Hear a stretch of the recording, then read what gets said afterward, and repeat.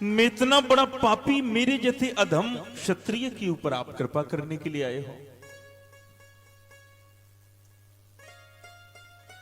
मैंने तो एक संत का अपराध कर दिया। और देखिए राम कथा और भागवत जी की कथा में विचित्रता। श्रीमद् भागवत महापुराण में परीक्षित जी ने एक असली संत को नकली समझ लिया, श्राप मिला है ना जी। भागवत जी में एक असली संत को नकली समझ लिया तो श्राप मिला, और राम कथा में प्रताप भानु ने एक नकली संत को असली समझ लिया, तब श्राप मिला।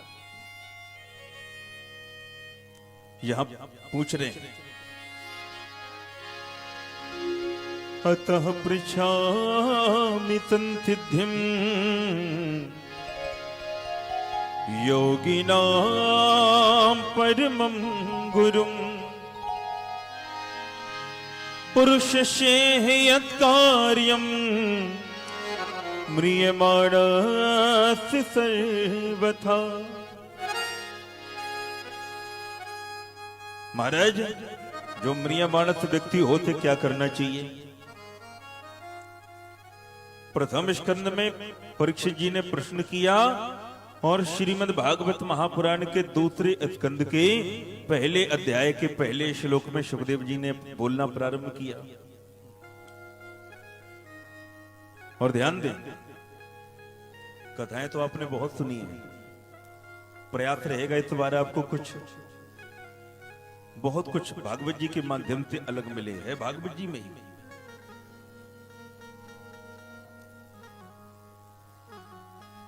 सुखदेव जी महाराज अपनी वाणी जो प्रारंभ किए हैं वो वाह शब्द से प्रारंभ किए हैं। कौन से शब्द से? वाह शब्द से।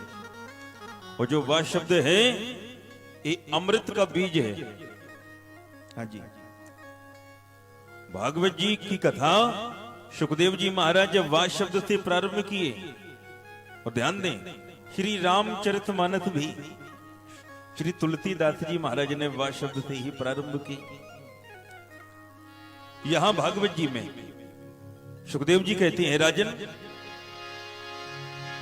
वर्यानीत ते प्रश्न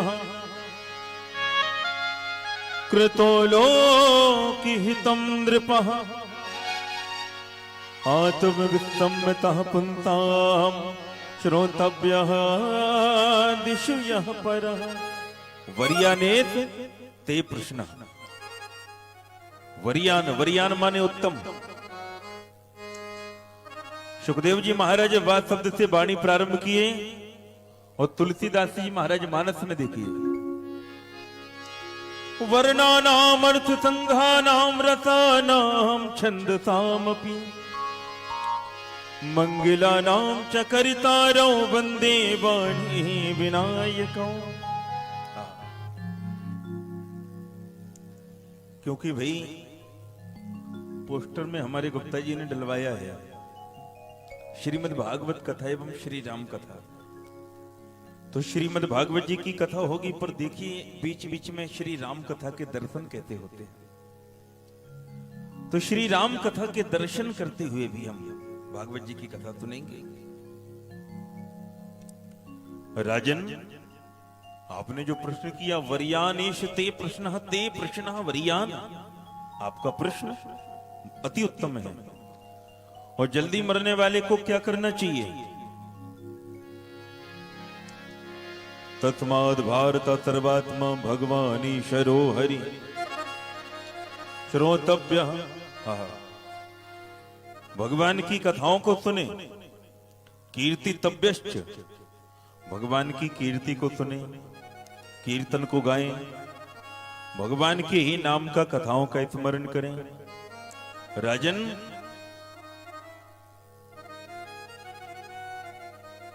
इस संसार में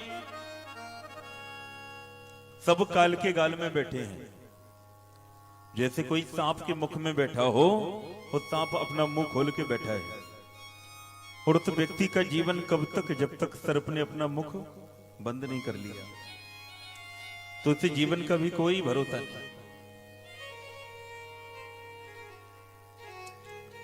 इसलिए सांस सांस में कृष्ण भजो, व्यथा सांस मत खोए, और ना जाने इस सांस का वन होए ना होए। राजन, प्रत्येक स्थिति में जैसे भी रहो, जिस देश में जिस वेश में प्रदेश में रहो, राधा रमण राधा रमण राधा रमण कहो। सूरवंश के एक राजा हुए जिनका नाम था खटवांग। खटवांग को पता चला कि मेरी 2 घड़ी बाद मृत्यु हो जाना है, और एक मुहूर्त में, एक घड़ी में 24 मिनट होते हैं। एक मुहूर्त में 24 मिनट, यानी मेरा जीवन कितना 48 मिनट का। तो मात्र एक मुहूर्त में खटवांग जी ने अपना कल्याण कर लिया था। तुम्हारे पास तो 7 दिन है, बहुत है। परीक्षित जी ने पूछा, प्रभु ये मन भगवान की कथा में, भगवान के भजन में लगता नहीं है। बात भी सत्य है। एक तो माला लेके बैठेंगे नहीं, और माला लेके बैठ भी गए तो यही देखते रहेंगे भगवान बड़ा वाला गुरी आया कि नहीं आया। तो मन लगता नहीं। तो मन भगवान के चरणों में लगे कैसे? ये बात सुखदेव जी महाराज हम आप सभी को बता रहे हैं।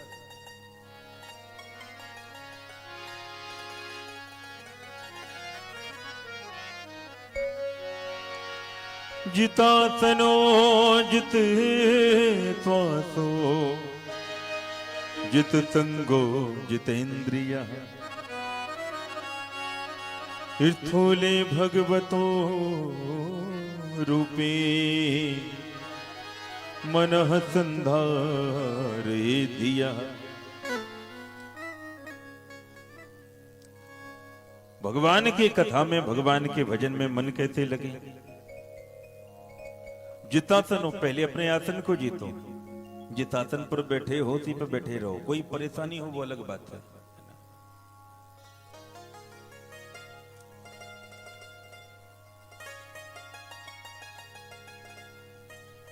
लेकिन धन्य है जबलपुर के भक्त भैया। तो एक, मैं इसको कोई नगर महानगर नहीं मानता, जबलपुर को तो मैं एक तीर्थ मानता हूं, जहां नर्मदा मैया कल कल चल है ना प्रवाह थे, स्नान करने आए हुए पतितों पुण्यात्माओं का भी कल्याण करती है। ये तीर्थ है, संस्कार धानी है। और आज जबलपुर से ही, चाहे संगीत में भी बड़े आगे है जबलपुर आपका। आज भैया भी जबलपुर से हैं, गोलू भैया है ना। और सौरभ जी ये भी कई कथाओं में कई बार रह चुके हैं। भाई वहां क्यों बैठे हो, बैठे ही जाओ। हाँ, तुम्हारी बीच आई गए, कोई बात नहीं, बैठे तो है, दोनों लोग बैठे जाओ। बोलिए भक्त वत्सल भगवान की। तो जितासनो, अगर भगवान की कथा में, भगवान के चरणों में, भजन में मन लगाना है तो अपने आसन को जीतो। जित श्वासों को जीतो। प्राणायाम करो। जित संगो, संगत को जीतो। संत महापुरुषों की संगत करो, सज्जनों की संगत करो, क्योंकि जैसा करोगे संग वैसा चढ़ेगा रंग। संगत का प्रभाव है। अगर कोई चोर की संगत करता है और गांव में चोरी हो गई तो चोरों को तो पकड़ा जाता है, पर उसको भी पकड़ा जाता है जो संग वाला है। भाई उसको भी पकड़ो, वो भी साथी में रहता है। ये जगह और संग का प्रभाव है। अगर कोई ठेका पे बैठ के दूध पिए तो कोई कहेगा कि दूध पी रहे। इसलिए संत महापुरुषों की संगत करो।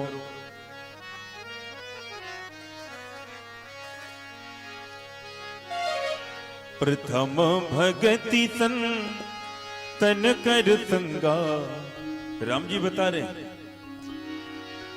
प्रथम भगति संतन कर संगा, राम भजो सिया राम। ओ राम भजो सिया राम, सिया राम, राम भजो सिया राम, राम भजो सिया राम। दो शरीरती मम, दो शरीरती मम कथा प्रसंगा, राम कहो सिया राम, ओ राम कहो सिया राम, सिया राम, राम कहो सिया राम, ओ राम कहो सिया राम।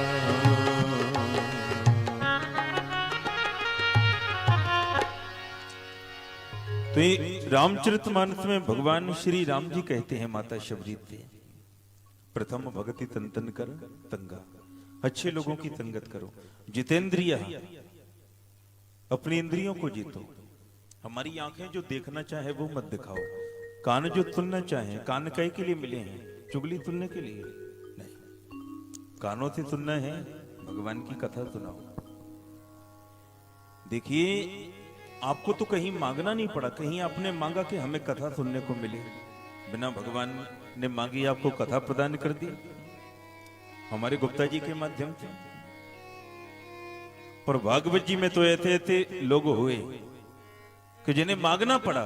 मैं आपको सुनाऊंगा, कुबेर के दो बेटा यमलार्जुन जो वृक्ष के रूप में हैं, जब भगवान ने इनका उद्धार किया तो दोनों भगवान से वरदान मांगते हैं, प्रभु बाणी गुडानुकथने श्रवणो कथाया,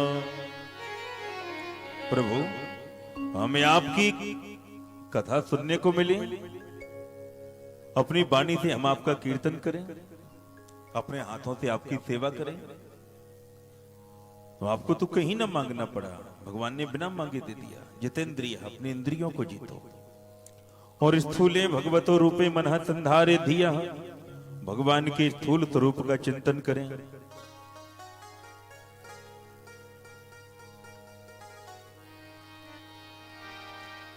भगवान के स्थूल स्वरूप का चिंतन करें, चारों तरफ भगवान को ही देखें।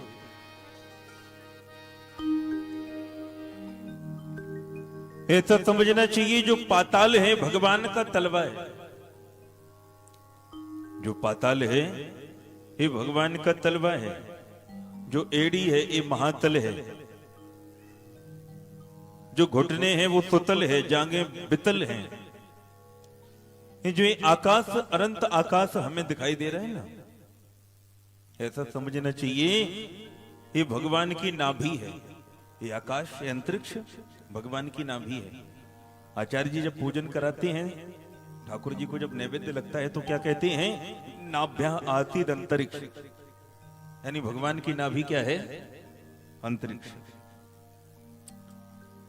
श्रोत्रा तथा लोकान, जितने भी लोग हैं ये क्या हैं, भगवान के कान हैं। चारों तरफ भगवान को देखें, भगवान के दर्शन करें। ओ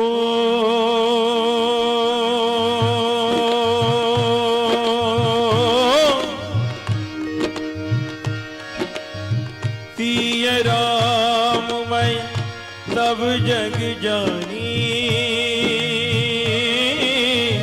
करहूं प्रणाम जोर जुग पानी। राम सिया राम, सिया राम जय जय राम हो राम, सिया राम, सिया राम जय जय राम। सिया राम मैं, सिया राम मैं, सिया राम मैं सब जग जानी,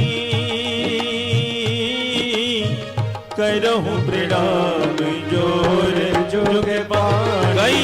राम सिया राम, सिया राम जय जय राम हो राम, सिया राम, सिया राम जय जय राम, राम जय राम, सिया राम, सिया राम जय जय राम। सिया राम मैं सब जग जानी, करहूं प्रणाम जोर जुग पानी। सबके भीतर भगवान को देखें, और जब सबके भीतर भगवान को देखोगे तो ना तो किसी से ईर्ष्या होगी ना किसी से द्वेष होगा, सबके भीतर भगवान है। यहां अलग अलग देवताओं की उपासना करने पर अलग अलग फल की प्राप्ति के बारे में बताया गया। अगर कोई चाहता है कि हम बहुत ज्यादा सुंदर हो जाएं, जो सुंदरता चाहता है, तो वो गंधर्वों की उपासना करे।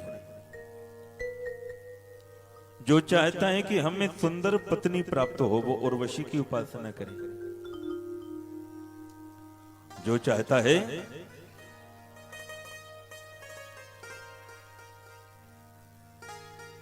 कि हमें कोई पद मिले, वो इंद्र की उपासना करे।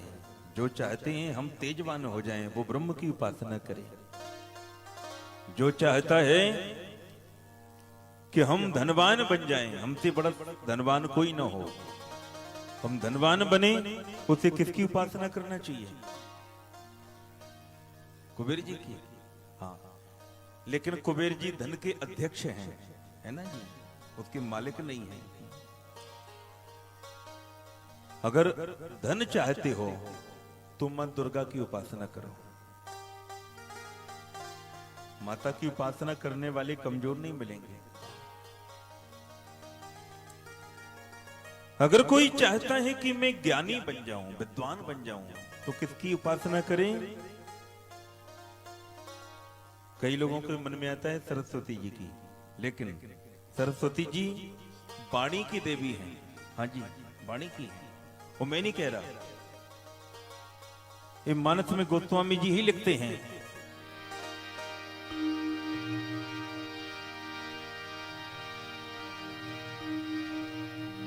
वर्णानाम अर्थ संघानाम रसानाम छंदतामपि मंगलानाम च कर्तारो वंदे वाणी विनायकौ। वंदे वाणी, सरस्वती जी क्या देने वाली हैं? वाणी देने वाली है। अगर विद्वान बनना है तो किसकी उपासना करो? भगवान शिव की। भगवान शिव के डमरू के निनाद से व्याकरण के 14 सूत्र निकले। और जिनको ज्ञानी बनना होता है वो कहां जाते हैं पढ़ने के लिए? काशी बनारस, है ना जी। जिन्हें विद्वान बनना है, ज्ञान चाहिए, ज्ञान अर्जित करने के लिए काशी बनारस जाते हैं।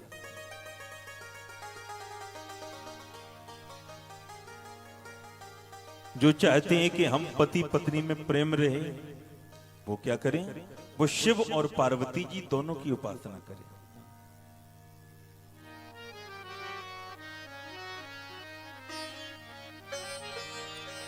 परीक्षित जी ने पूछा, प्रभु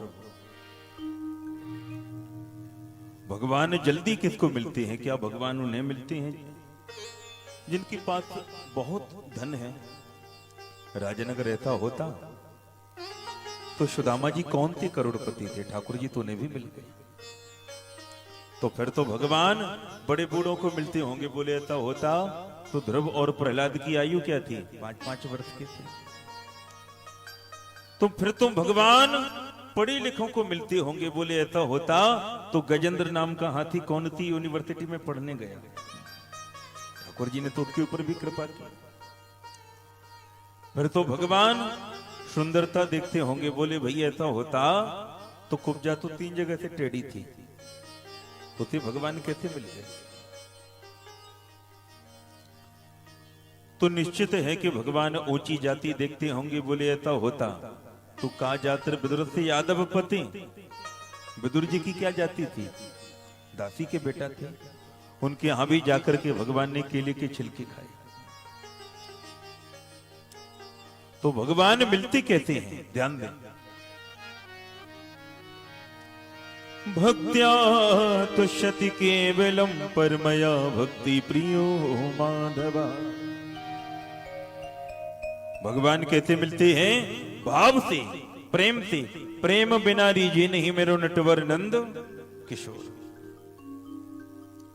भगवान भाव से मिलते हैं। भाव का भूखा हूं मैं, भाव ही विस्तार है, वो भाव से मुझको जो भजता तो भव से बेड़ा पार।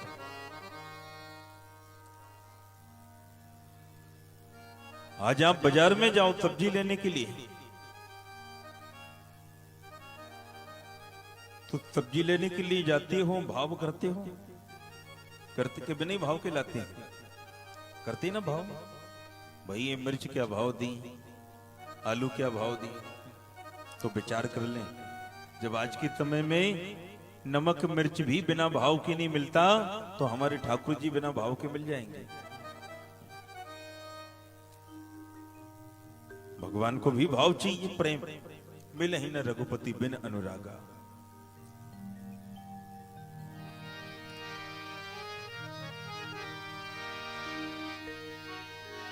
राम ही केवल प्रेम प्यारा, राम ही केवल प्रेम प्यारा, राम ही केवल प्रेम प्यारा, राम ही केवल प्रेम प्यारा। जान ले ये जो जानन हारा, जान ले जो जानन हारा, जान ले ये जो जानन हारा, जान ले जो जानन हारा।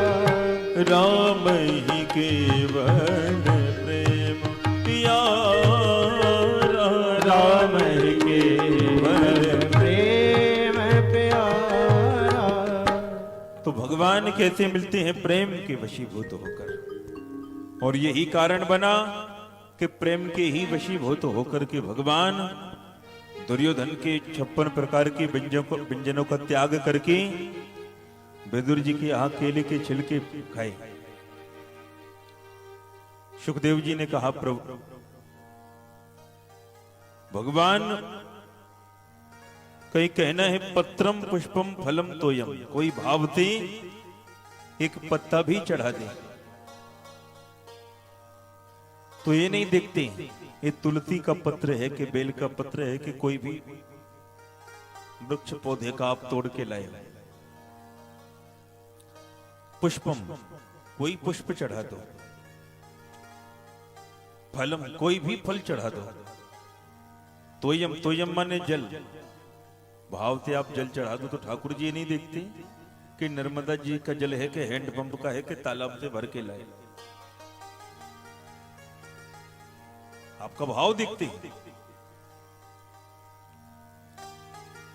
आपकी बाहर की बनावट क्या है इतनी हमारे भगवान को कोई मतलब नहीं।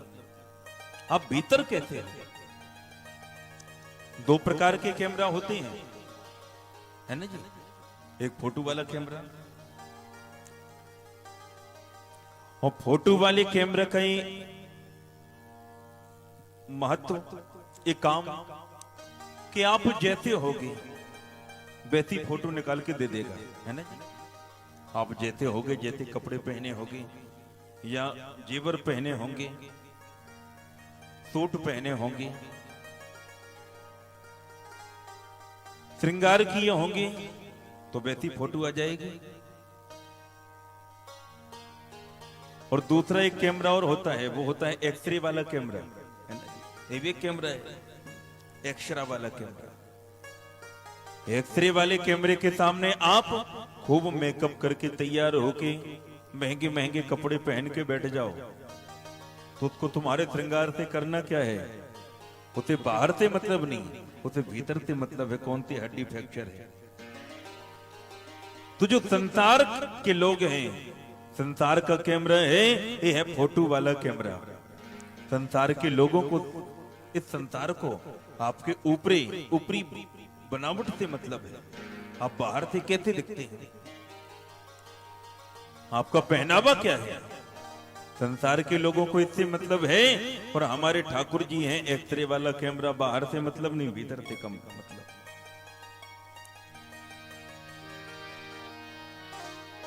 निर्मल मन जन तो मोहि पावा, मोह कपट छल छिद्र न भावा।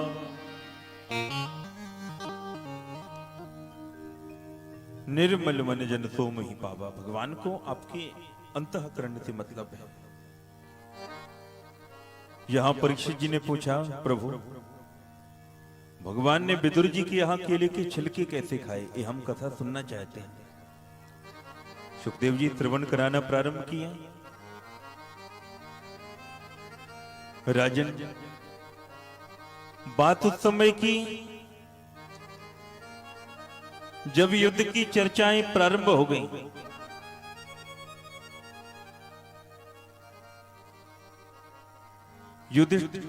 युधिष्ठिर जी नहीं चाहते कि महाभारत का युद्ध हो।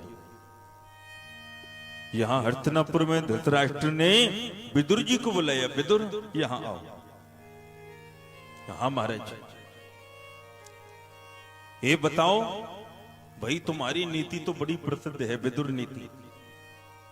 अपनी नीति के द्वारा ये बताओ कि हमारे परिवार का, हमारे संतानों का, हमारे बेटों का कल्याण कैसे होगा,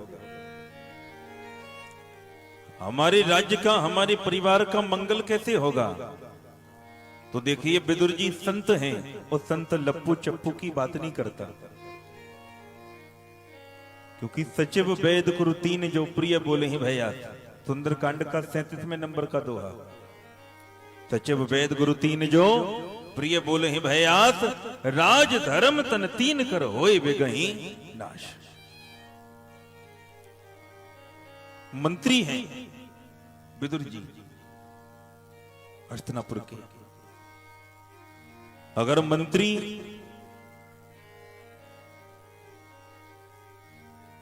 गुरुदेव, हमारे आचार्य ब्राह्मण और डॉक्टर अगर किसी भय के वश या संकोच के वश मीठा मीठा बोलने लगे, तो क्रमशः शरीर, धर्म और राज्य नष्ट हो जाएगा।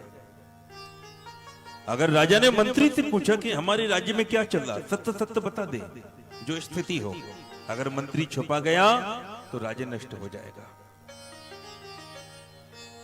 डॉक्टर के पास गया मरीज, मरीज ने पूछा, डॉक्टर साहब हम भोजन में क्या लें?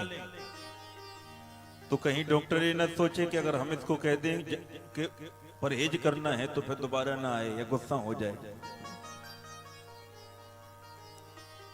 और नहीं आएगा तो हमारा काम कैसे चलेगा। तो देखिए, अगर परहेज के लिए नहीं बताता डॉक्टर, तो उसके शरीर का नाश हो जाएगा। और संत ब्राह्मण अगर हमें पग पग पर नहीं समझाएंगे तो हमारे धर्म का नाश हो जाएगा।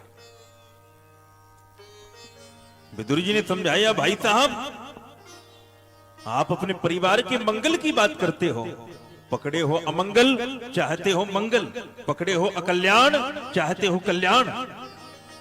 अरे जब तक एक कलयुग रूपी दुर्योधन आपके राज्य में है, आपके घर में है, अपने परिवार का मंगल का विचार करना तो छोड़ ही दो। और अकेले में नहीं कह रहे, वहां पर दुर्योधन भी खड़ा है। और जैसे दुर्योधन ने सुना, अब तो दुर्योधन चिल्लाया, अरे दासी पुत्र, मेरा नमक खाता है, हम ही से नमक हरामी, जन निकल जा हमारे राज्य से।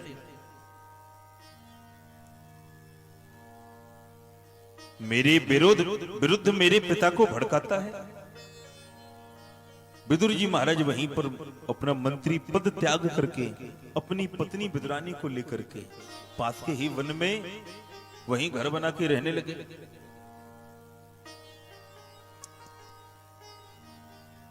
युधिष्ठिर जी नहीं चाहते कि महाभारत का युद्ध हो, तो पांडवों की तरफ से भगवान शांति दूत बनकर के आज हस्तिनापुर आ रहे हैं। और जब हस्तिनापुर आ रहे हैं, चारों तरफ बड़ी तैयारियां हो रही, बंधन बार लग रहे हैं, है ना, कलश रखे जा रहे, चौक बनाए जा रहे, रंगोलियां बनाई जा रही। विदुर जी ने एक व्यक्ति से पूछा, भैया ये आज इतनी तैयारियां क्यों हो रही हैं? आज बंधनवार, कलश, सारी हस्तिनापुर को दुल्हन की तरह सजाया जा रहा। उसने बताया, विदुर जी आपको पता नहीं, आज भगवान द्वारकाधीश हमारे हस्तिनापुर आ रहे पांडवों के शांति दूत बन के। जैसी विदुर जी ने सुना है, विदुर जी तो भागे भागे घर आए, अपनी पत्नी विदुरानी से बोले, देवी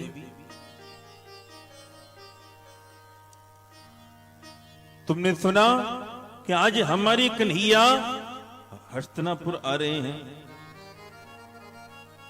विदुर जी ने कहा कि मैं तो दर्शन करने के लिए जा रहा। विदुरानी जी बोली, महाराज आप दर्शन करने के लिए तो जा रहे, पर आपको दर्शन कैसे होंगे, क्योंकि अब तो आप मंत्री भी नहीं रहे, आपको भीतर जाने को कैसे मिलेगा?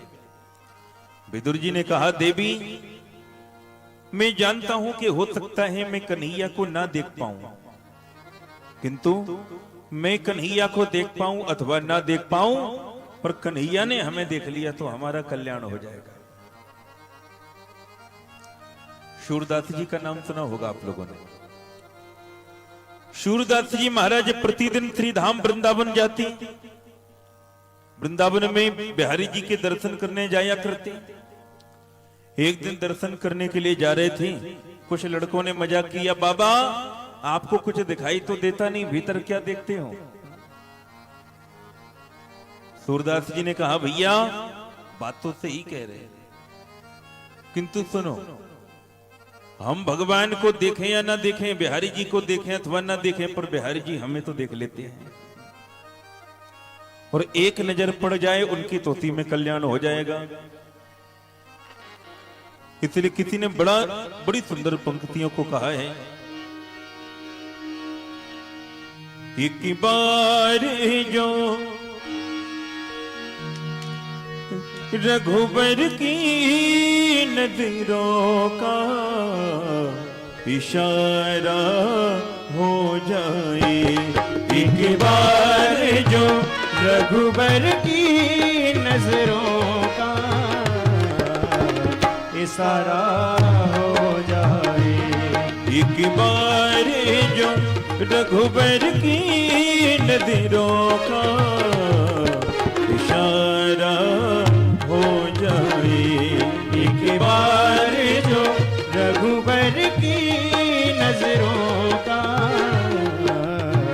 इशारा हो जाए, तेरी लगन में खो जाऊं, तेरी लगन में खो जाऊं, दुनिया से किनारा हो जाए, एक बार जो रघुबर की नजरों का इशारा हो जाए। गाइए, श्री राम मेरे राम जय जय राम, श्री राम जय राम मेरे राम जय जय जय।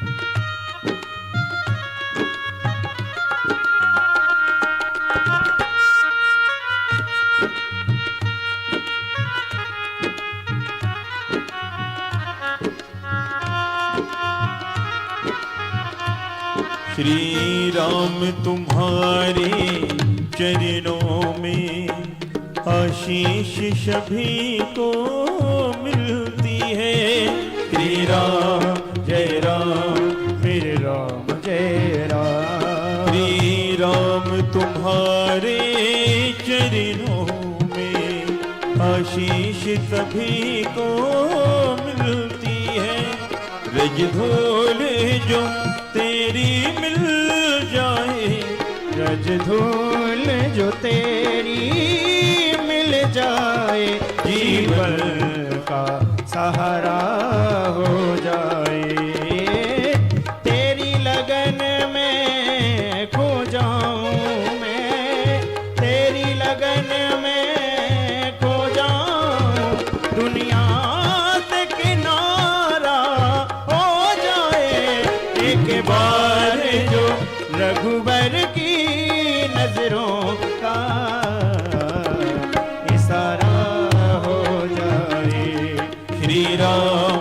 जय राम मेरे राम जय जय राम, श्री राम मेरे राम जय राम।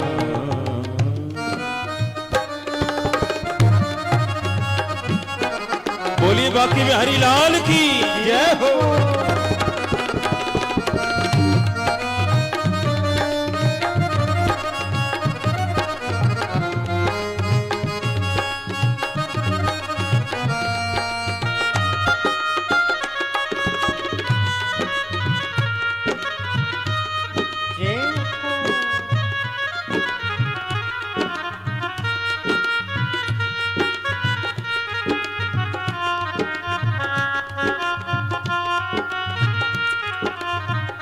यहां विदुर जी महाराज ने विदुरानी जी से कहा कि देवी अगर भगवान हमें न देखें और हम भगवान को हम न देख पाए, ठाकुर जी ने हमें देख लिया तो कल्याण हो जाएगा। आज विदुर जी दर्शन करने के लिए आ रहे हैं। विदुरानी ने जैसे ही सुना विदुर जी तो दर्शन के लिए चले गए, पर यहां विदुरानी जी बैठ करके अश्रु बहाने लगी और विचार करने लगी, प्रभु क्या कभी हम जैसे गरीबों पर भी आप कृपा करोगे?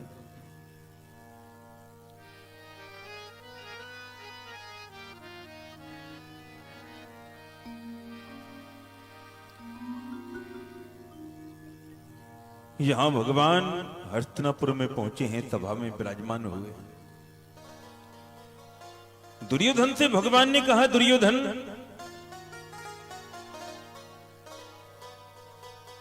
तुम्हें तो पता होगा कि मैं पांडवों की तरफ से शांति दूत बन के आया हूं तुम्हें समझाने, क्योंकि पांडव नहीं चाहते कि महाभारत का युद्ध हो। अच्छा दुर्योधन ने बताओ कि जो कौरव हैं वो भी पांडव हैं, जो पांडव हैं वो भी तो कौरव हैं ना, वही हैं तो कुरुवंशी। पांडवों के पिताजी का नाम पांडु तो नाम हो तो उनसे हो गए पांडव, पर हैं तो कौरव। दुर्योधन बोला हां। भगवान ने कहा जो पांडव हैं वो तुम्हारे भाई हैं। दुर्योधन बोला हां। तो भगवान ने कहा दुर्योधन इस राज्य के अधिकारी हैं। दुर्योधन ने कहा हां। तो बोले फिर एक काम करो, आधा राज्य दे दो। दुर्योधन बोला ना। भगवान ने कहा 5 गांव दे दो, मैं एक एक गांव एक एक पांडव को दे दूंगा, वो मान जाएंगे। दुर्योधन बोला कृष्ण तुम 5 गांव की बात करते हो, मैं सूचक ग्रेव नेव दास्यामी बिना युद्धेन केशवः, तुई के नोक के बराबर भी भूमि बिना युद्ध की नहीं देने वाला।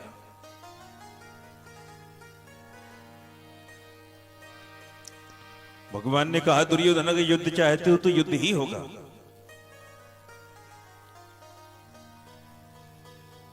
और जैसी द्वारकाधीश जाने लगे, दुर्योधन ने कहा देखो कृष्ण मैंने आपकी बात नहीं मानी, इसका ये मतलब नहीं कि आप हमारा स्वागत स्वीकार न करो। महलों में चलो, हमारी मैया गांधारी ने आपके लिए 56 प्रकार के भोग बनाए हैं, चखेगा तो याद रखेगा।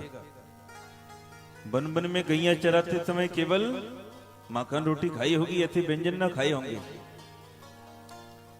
भगवान ने कहा दुर्योधन ना तो तुम्हारे भीतर वो प्रेम है कि मैं तुम्हारे यहां प्रसाद पा सकूं,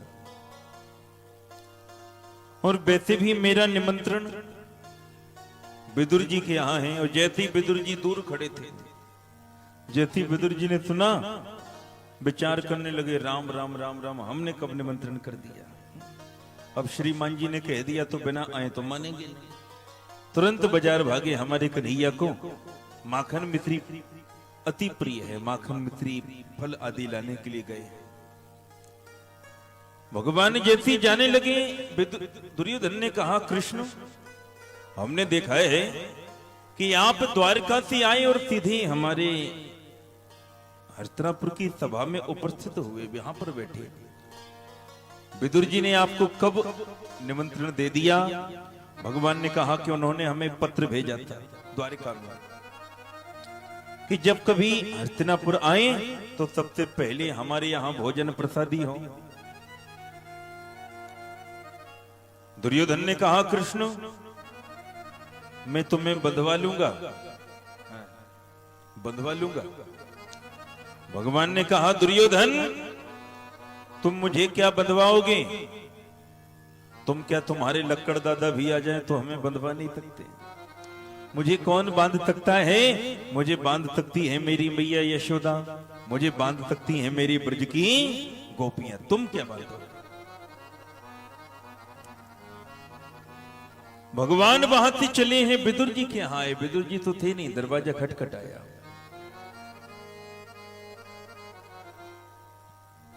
काकी, ओ काकी। विदुरानी जी उत्तम स्नान कर रही हैं, जैसी आवाज सुनी कौन? भगवान ने कहा मैं हूं कन्हैया।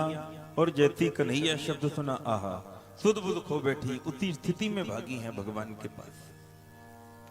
भगवान का हाथ पकड़ा है, दरवाजा खोला, हाथ पकड़ा, भीतर लिया, भगवान को बैठा लिया। कन्हैया ने कहा काकी बड़े जोर से भूख लगी है। विदुरानी जी बोली सरकार क्या वहां पर दुर्योधन ने कोई व्यवस्था नहीं की? बोली व्यवस्था तो उसने की, पर उसके भीतर इतना प्रेम कहा कि मैं उसके यहां प्रसादी पा सकूं। विदुरानी जी भीतर गई और तो कुछ ना मिला, केले रखे थे, केले ले आए। भगवान के दर्शन करती जा रही और केले का छिलका तो भगवान को खिलाती जा रही, केले की गिली फेंकती जा रही। बात तो तभी है, यही तो भक्ति है भाई। ऐसी वो भक्ति क्या काम की कि जिस भक्ति में हमें दुनिया याद रहे, वो भक्ति भक्ति नहीं।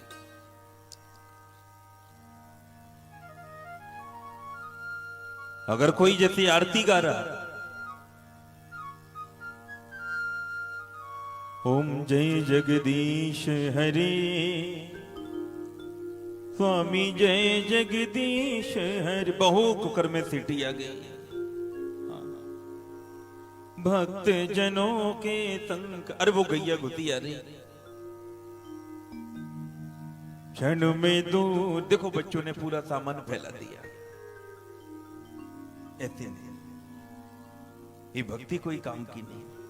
भक्ति कैसी हो जिसमें संसार याद ना हो, वही भक्ति फलदायी है। और जिस भक्ति में हमें संसार याद रहे। आज विदुरानी जी भगवान की छवि में ऐसी खो गई, भगवान के दर्शनों में, भगवान के प्रेम में। केले की केले की गिली फेंकती जा रही, छिलका खिलाती जा रही। 8 छिलका खिला दिए होंगे। इतने में विदुर जी आए। जैसी विदुर जी ने देखा, अरे देवी पागल है गई, कहीं कहा कर रही है। जैसी विदुरानी जी ने विदुर जी की आवाज सुनी, ओ राम राम राम, होता यार क्या मैं छिलके खिला रही थी? तो भगवान भी बोल पड़े, काका जी क्या मैं छिलके खा रहा था? बोल भक्त वत्सल भगवान की।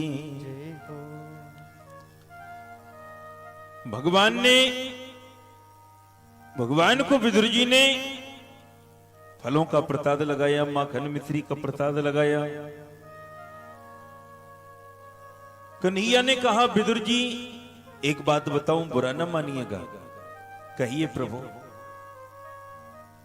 जो स्वाद विदुरानी काकी के छिलकों में आ रहा था, वो आपके माखन मिश्री, आपके फलों में नहीं आया। विदुर जी ने कहा कृष्ण मैं तो जानता हूं कि तुम भक्त वत्सल हो। एक बार किसी ने कन्हैया से पूछ लिया, भगवान से पूछा, प्रभु आपने इतने जगह प्रसाद पाया, आपका पेट कहां कहां भरा? तो भगवान ने कहा कि त्रेता युग में एक बार और द्वापर युग में 2 बार मेरा पेट भरा। कहां कहां? त्रेता युग में शबरी मैया के बेरों से मेरा पेट भरा और द्वापर युग में विदुरानी काकी के छिलकों से और सुदामा जी के चावलों से मेरा पेट भरा। एक बड़ी सुंदर चर्चा है। जब भगवान श्री राम जी 14 वर्ष का वनवास पूर्ण करके अयोध्या आए और एक दिन माता कौशल्या जी ने अपने हाथों से भोजन बनाया, राम जी को भोजन करा रहे। राम जी से कहा, राम भोजन में स्वाद कैसा है? मैया बहुत अच्छा है। अच्छा। राम जी, हमने सुना है कि वनवास के समय एक भेलनी ने आपको बेर खिलाए। राम जी ने जैसे ही सुना, राम जी के नेत्रों से झरझर झरझर अश्रु गिरने लगे। राम जी ने कहा, मैया आपने जो भोजन बनाए उसमें बहुत स्वाद है, और वैसा स्वाद नहीं जैसा हमारी शबरी मैया के बेरों में था।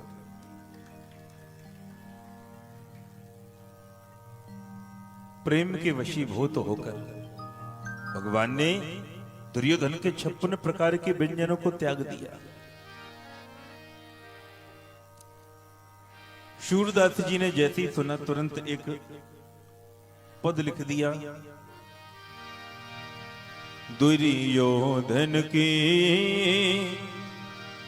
मेवा त्यागी,